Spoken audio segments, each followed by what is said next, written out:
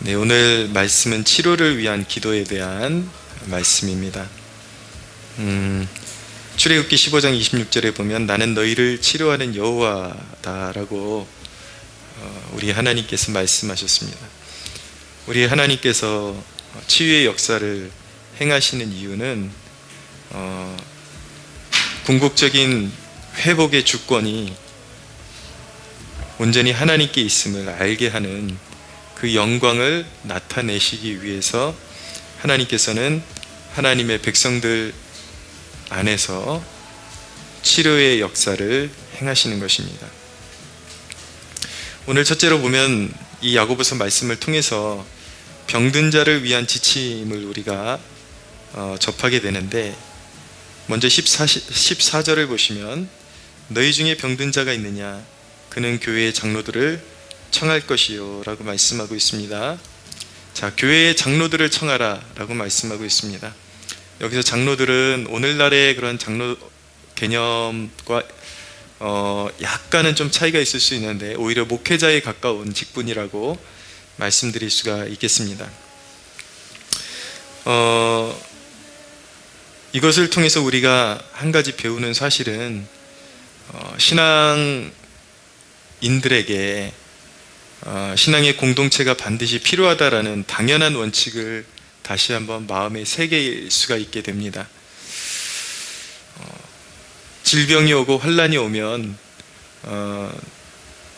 누구와 동역을 하면서 그 환난을 이겨내야겠습니까? 당연히 공동체 지체들과 함께 그 문제를 씨름하고 이겨내야 되겠죠. 특별히 자신을 영적으로 이렇게 이끌어질 수 있는 영적인 그런 지도자들과 함께 신앙생활하는 것이 얼마나 중요한지를 알게 되는 것입니다. 성경 어디를 봐도 요즘 세대가 추구하는 그런 신앙관과는 너무나도 거리가 멀다라는 것을 발견하게 됩니다. 최근에 교회의 그 가치를 폄하하거나 부정하는 그런 흐름들이 얼마나 지금 만연히 퍼져나가고 있는지 모릅니다. 특별히 오히려 많은 그런 대중들에게 유명세를 얻고 있는 목회자들이 오히려 성경적으로 바로 이끌어줘야 할 막중한 책임을 갖고 있음에도 불구하고 오히려 그들이 앞서서 성도들에게 교회에 대한 잘못된 인식을 심어주기 시작하면서 너도 나도 할 것 없이 교회를 부정하는, 공동체를 부정하고 가정에서 혼자 예배 드려도 된다, 우리 가족끼리 예배 드려도 그것이 오히려 초대교회에 가까운 교회의 모습이다 라고 그렇게 주장하는 사람들이 우후죽순처럼 늘어나고 있습니다. 그런데 그런 신앙이 문제가 되는 것은 무엇이냐면 인생의 그 신앙의 여정 가운데 힘든 일이 다가오고 이런 불가피한 일이 다가올 때에 청할 수 있는 목회자가 없어지는 것이죠. 저에게도 가끔 이제 경조사가 생길 때에 좀 예배 좀 인도해 달라고 이렇게 전화가 오는 경우들이 있습니다. 그러면 제 마음은 그들이 한 부류의 약자들로 보이기 때문에 오직하면 나한테 부탁을 할까, 그런 마음으로 연고가 없어도 가서 예를 들어 장례식을 치러준다든가 그런 이제 헌신을 제가 하고 돌아옵니다. 근데 한편으로 생각하면 그 흐름이 참 건강하지 않다라는 그런 생각을 떨쳐버릴 수가 없습니다. 저에게 부탁을 해오시는 분들 가운데는 더러는 분명히 교회에 출석하는 교회가 있는 분도 있어요. 그리고 출석하는 교회가 없는 경우도 있습니다. 문제는 무엇이냐면 결국 자기가 신앙생활을 한다 그러면서 적을 두고 있는 교회가 없거나 아니면 교회를 다니지만은 그냥 썬데이 크리스천으로서 발만 담그고 다니기 때문에 자기가 교회에 뭔가 공헌하고 같이 헌신하고 몸을 부대끼면서 같이 공동체에 참여한 적이 없기 때문에 자기 교회임에도 불구하고 부탁할 엄두가 나지를 않는 거예요. 목회자한테 와달라고 엄두가 나지를 않는 것이죠. 또 너무나도 교회에서 떨어져 있었기 때문에 막상 일이 터지고 나니까 누구한테 부탁할 곳이 없는 거예요. 근데 막상 일이 터지고 나니까 목회자가 필요한 것을 느끼게 되는 것이죠. 그래가지고 연고도 없는 목사에게 전화해가지고 좀 급하니까 좀 빨리 와달라고. 네, 잃어버린 양이니까 가긴 가지만 그런 신앙의 행태가 결코 자기 자신에게도 유익하지 않고 결코 건강한 그런 신앙생활이 아니라는 것을 성경을 통해서 알게 되는 것이죠. 건강하게 신앙생활하려면 어떤 경조사가 터지든지 상담할 수 있는 목회자가 가까이에 있어야 되고, 또 자기가 그것이 걸끄럽지 않을 정도의 교회에 적을 두고 활동을 하고 또 교인으로서의 책무도 할 줄 알아야 그것이 자기 자신에게도 유익하고 하나님께도 영광이 되는 그러한 신앙생활이 되는 것입니다. 근데 이제 계속 교회가 타락하니까 이 예배도 다 교회의 관념도 사라지고 하니까 사람들 잘 적응할 것 같아요. 또 이럴 때는 그런 사람들은, 교회에 적을 두고 있지 않은 사람들은 그게 무슨 말이냐, 교회는 공교회 개념 아니냐, 남의 교회 목사도 다 내 목사나 마찬가지지, 어려우면 와서 도와줘야지. 또 그런 신앙을 가진 사람들은 정말 얼굴이 두꺼워서 창피한지도 모르고 또 합리화시킬 것 같아요. 네 목사가 내 목사고 내 목사가 내 목사지, 그런 말이 어디 있냐라고 또 주장할 것 같습니다. 제가 언젠가 설교 시간에 이 부패한 시대에는 사실은 교회 예배에 성만찬이 갖춰져야 진정한 예배가 될 수 있다. 그러니까 성도들이 모여서 함께 떡을 떼고 잔을 나눠야 그것이 온전한 예배가 될 수 있는 것이다. 그러나 이 타락한 시대는 분명히 캡슐로 만들어서 온라인상에서 성만찬을 할 수 있는 그런 이제 아이템도 개발할 것이다 그랬는데, 알고 보니까 진짜 나와 있더라고요. 제가 한 발 늦은 건지 아니면 제가 예언을 한 건지 잘 모르겠어요. 그건 모르겠는데 언제가 시점인지 모르겠는데 이미 나와 있더라고요. 이미. 그래서 테레비 앞에서 까먹고 뜯어먹고 마시고 그래서 성만찬을 하고, 이러니 교회가 다 부정돼 버리고 믿고 싶은 대로 그냥 각자의 소견대로 믿는, 이 시대는 정말 사사시대와 너무나도 닮아 있다는 것을 발견하게 되는 것입니다. 그러나 오늘 이 치료에 관한, 질병을 치료하는 이 기사를 통해서도 우리에게 첫 번째 대면하게 해주는 것은 무엇이냐면, 무엇이든지 공동체를 통해서 일을 해결하는 것이 참 중요하다라는 것을 우리에게 가르쳐주고 있는 것입니다. 성경 어디에도 교회를 부정하는 그러한 성경 구절은 찾아볼 수가 없는 것입니다. 또한 이 구절을 통해서 배우게 되는 것은, 그런 어려운 일이 생길 때에 중보자들에게 오픈해야 한다. 자기의 어려운 사정을, 자기가 병든 것이 창피하고 누군가에게 아직도 자기의 의가 죽지 않아서 남한테 잘 되는 것만 보여주고 싶고 내가 환난 받는 거 보여주기 싫어하는 것, 이것도 사실은 자기 의가 아직도 깨어지지 않은 것입니다. 아직도 자기를 내려놓지 못했기 때문에 그런 모습을 오픈하기를 싫어하는 것이죠. 그러나 성경이 말씀하는 것은 무엇이냐면, 그런 환난이 올 때 분명하게 중보의 동역자들에게 그런 아픔을 나누고 함께 그것을 헤쳐나가야 한다는 것을 보여주고 있는 것입니다. 그러나 분명한 것은 무엇이냐면, 우리 공동체에 누군가가 그런 아픈 사람이 있을 때에, 그런 중보를 부탁하고 올 때에 우리는 정말 그것을 어떤 치부로, 어떤 그 사람에 대한 치부로 여겨서는 안 되고, 우리 마음속에 그 사람이 혹시 우리보다 더 잘못된 무언가가 있기 때문에 그런 환난을 당하는 것은 아닐까, 그 판단하는 도구로 사용해서는 안 된다라는 것을 우리가 꼭 기억해야 하는 것입니다. 또 한 가지 지침은 무엇이냐면, 기름을 바르며 기도하라고 말씀하고 있습니다. 14절 하반절에 보면 그들은 주의 이름으로 기름을 바르며 그를 위하여 기도할지니라 라고 말씀하고 있습니다. 자, 기름을 바르며 기도하는 행위에 대한 해석은 여러 가지 해석이 있지만, 사실은 당시 배경과 어떤 의도로 이것을 이렇게 실행하라고 했는지는 정확한 해석을 하는 것은 우리가 정확히는 알 수가 없습니다. 그냥 추측하는 것 뿐이죠. 그러나 주석의 한 대목을 여러분들에게 말씀드리면 이렇게 이야기합니다. 학자들은 치료의 결과에 상관없이 약한 자가 자신을 위해서 하나님의 사역이 실행됨을 알게 하는 행위다라고 그렇게 해석을 하고 있습니다. 우리가 성경을 읽을 때에 난해한 부분이나 어려운 부분들은 그냥 거기까지 인정하고 넘어가는 것이 좋습니다. 때때로 보면은 저 구절을 어떻게 저렇게 해석할까 싶을 정도로 너무 대책 없이 해석하는 경우들을 보게 되는데, 목회자들이 이런 경우에서는 솔직해져야 합니다. 모르는 건 모른다고 하고 이런 범위 내에서 해석할 수 있다 정도만 성도들에게 알려줘야지, 그것을 선을 넘어서 너무 확답을 줄 때 거기에서 반드시 탈이 일어나고 그릇된 사상을 성도들에게 퍼뜨리는 근원이 된다는 것을 우리가 생각해야 되는 것이죠. 한 가지 유추해 볼 수 있는 것은 무엇이냐면, 이 성경에서 기름이라는 것은 성령님의 사역과 밀접하게 연관이 되어 있습니다. 그래서 기름을 바르면서 기도한다는 것은 전적으로 이 행위가 성령님의 역사에 의존하고 있다는 것을 가시적으로 표현하면서 행하는 그러한 행위라는 것을 우리가 짐작해 볼 수가 있게 되는 것입니다.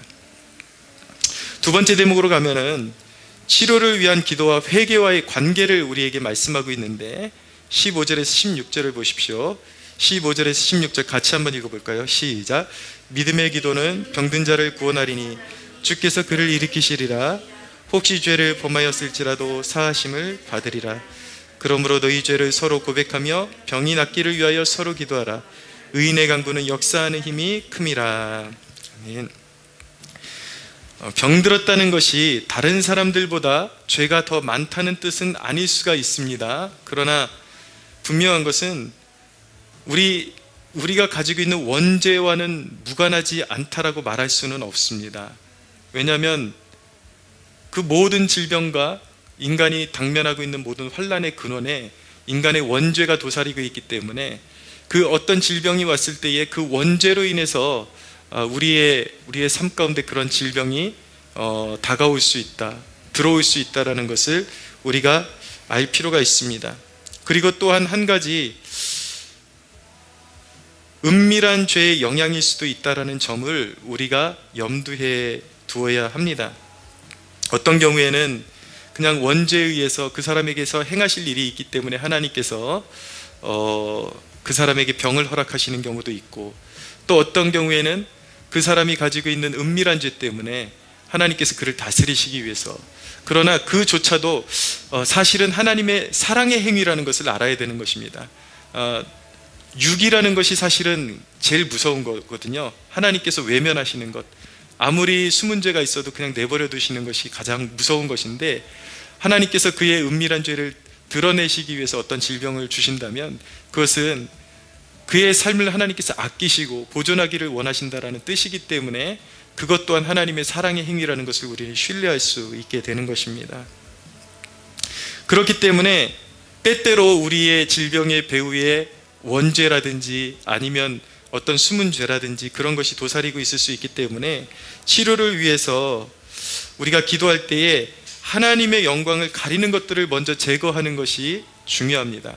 응답의 선결 조건은 하나님과 우리 사이의 관계를 가로막는 그러한 장애물들을 제거하는 것이 너무나도 중요한 순서가 되는 것입니다. 그래서 요구되는 것은 무엇이냐면, 환자 자신도 자기 죄를 고백해야 하는 것이고, 함께 기도하는 중보자들의 기도가 온전히 연락되기 위해서도 중보자들 그 자신들도 하나님 앞에 회개하면서 기도할 것을 요구하고 계신 것입니다. 그러므로 너희 죄를 서로 고백하며 병이 낫기를 위하여 서로 기도하라.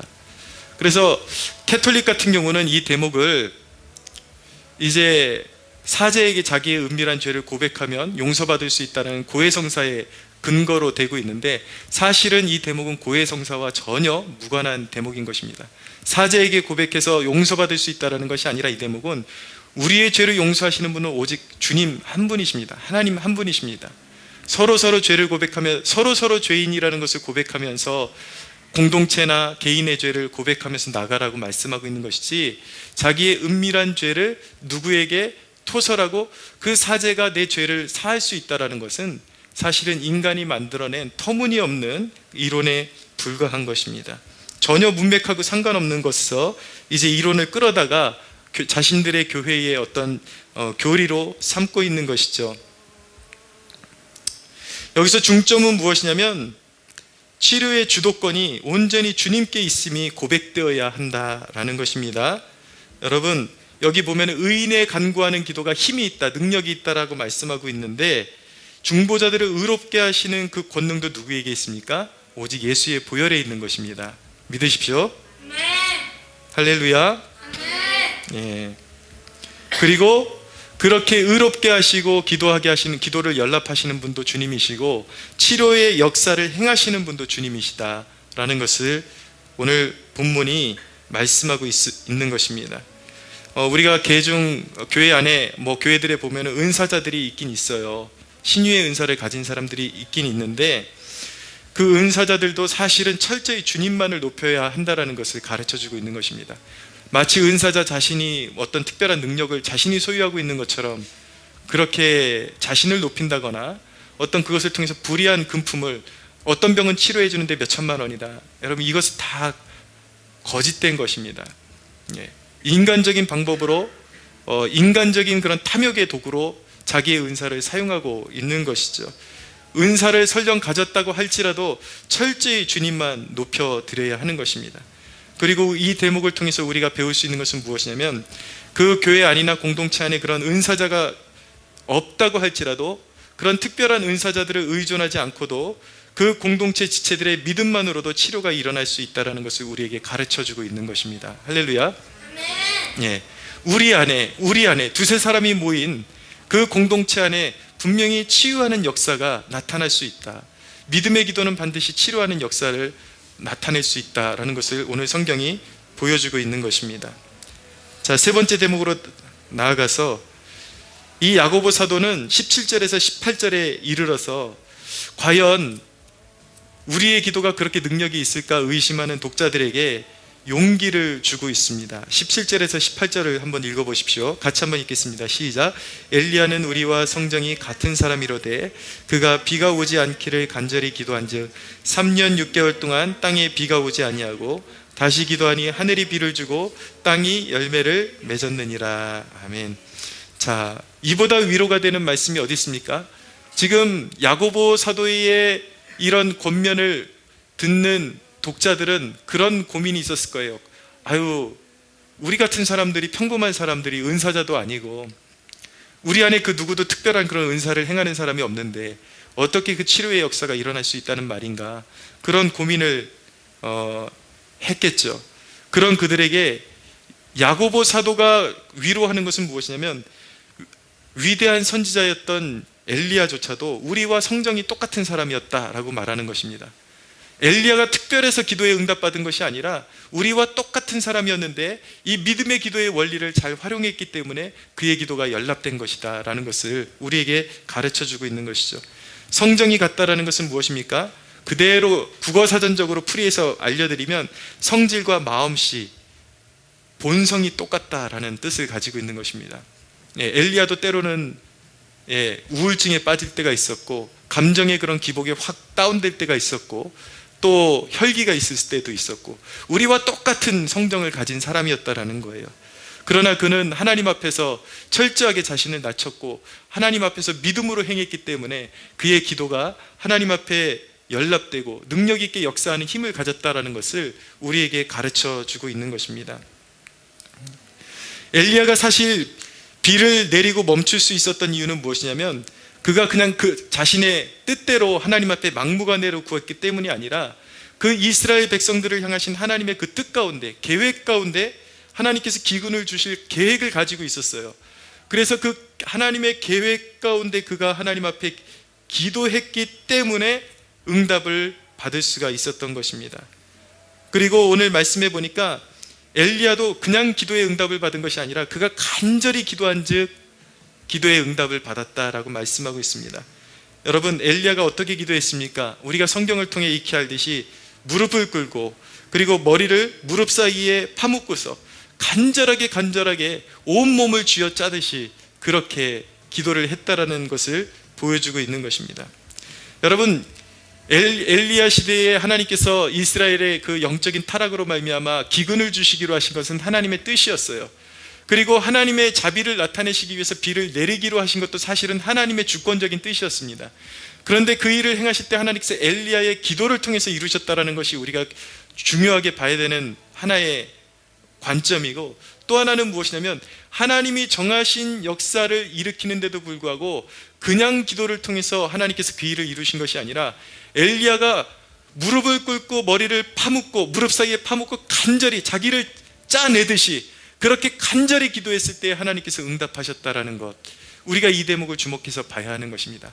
아무리 하나님께서 우리에게 허락하신 일이 이루어질, 하나님께서 이루기로 작정하셨다 할지라도 하나님은 어떤 기도를 통해서 그 일을 이루시는가? 우리의 정말 간절한 부르짖음을 통해서, 애절한 부르짖음을 통해서 하나님께서 그 일을 이루신다라는 것을 우리는 꼭 기억해야만 하는 것입니다. 여러분, 우리의 기도로 비를 멈출 수 있겠습니까? 근데 저는 많이 경험했거든요. 그리고 불과 작년에도 이런 경험을 했습니다. 아이들 캠프를 준비하는데 일기예보가 나오는데 비가 올 것들이 이제 알고 있었는데 아이들 야외 활동을 해야 되냐 말아야 되냐 그 문제를 놓고 고민을 하고 하나님 앞에 기도하는 중에 하나님께서 그냥 진행해도 좋다라는 마음에 확신을 부어주셨어요. 근데 제가 확신한 것보다 상황이 너무 안 좋았습니다. 여러분들도 기억하실 거예요. 한 2주인가 3주를 넘게 비를 막 쏟아 부어대는데 비가 멈출 생각을 하지 않는 거예요. 이제 아이들을 데리고 활동을 나가야 되는 당일 날이 되었는데 그날에도 천둥을 치고 비가 억수로 쏟아지고 이거는 멈출 비가 아니에요. 인간의 이성으로는 멈출 비가 아니에요. 그래서 며칠 전에 이 계획을 어떻게 좀 틀어야 되나 취소해야 되나, 저는 또 이렇게 선봉에 서 있으니까 많은 갈등을 더 하게 되죠. 많은 갈등이 있었지만 기도할 때마다 하나님이 확신을 주셨어요. 취소하지 말아라, 취소하지 말아라, 반드시 비는 멈춘다라는 그런 확신을 주셨는데 그게 그렇게 안 믿어지더라고요. 솔직히 너무 걱정이 되고 이거 어떻게 해야 되나, 당일날 비가 멈출 생각도 안 하고 계속 쏟아지는데 정말 너무나도 놀랍게 아이들이 이제 야외로 나가야 되는데 나가야 되는 그 코앞에도 비가 멈추지를 않는 거예요. 근데 정말 이제 나갑니다 하고 이제 준비하고 아이들 통솔해가지고 모으고 여기서 이제 나가려고 준비기도 하고 그러는데 그때부터 날씨가 개이고 비가 멈추기 시작하더니 아이들이 그 서울랜드였죠 아마 그때 서울랜드에 가서 종일 노는데 지장이 없을 정도로 그날 비가 멈춰있는 역사가 있었습니다. 할렐루야. 여러분, 사람들은 그렇게 물을 거예요. 우리의 기도로 비를 멈출 수 있다니 우리가 그럼 하나님을 마음대로 할 수 있다라는 얘기냐?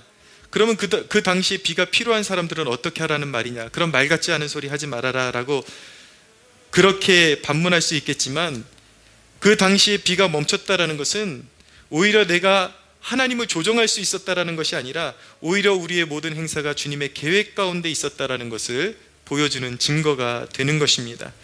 주님은 필요한 만큼 비를 내리세요. 그리고 주님은 계획 가운데 멈출 계획을 가지고 계셨습니다. 그런데 그 멈추는 시간에 우리의 계획이 자리 잡도록 계획을 수립하는 그 순간부터 이미 주님은 섭리하시고 이미 주님은 모든 일정을 알고 계시기 때문에 늘 말씀드리잖아요. 주님께는 과거와 현재와 미래가 하나거든요. 모든 것을 현재로 보고 계신 주님이 그날엔 비가 오지 않을 것이다, 저에게 확신을 주셨던 것입니다.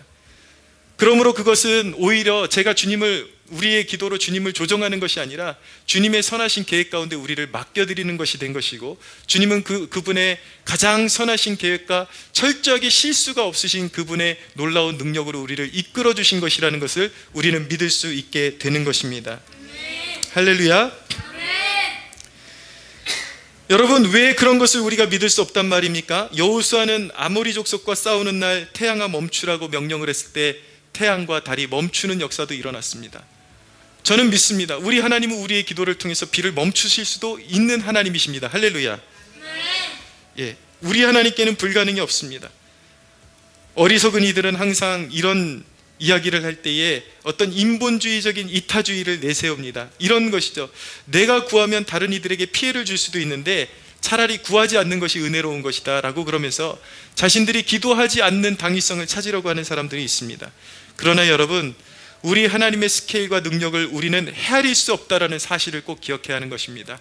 우리가 마음껏 구한다고 해서 누군가가 우리 때문에 피해보는 것은 아닙니다. 물론 우리가 정욕으로 구해서는 안 되고 탐욕으로 구해서는 안 되지만 우리가 하나님의 자녀로서 우리에게 그 필요한 앞길을 하나님 앞에서 구하면서 하나님의 그 신실하심을 의지하며 구할 수 있는 것은 자녀들의 특권이지 그것은 결코 이기적인 것이 아니라는 것을 우리가 깨닫게 되기를 원합니다.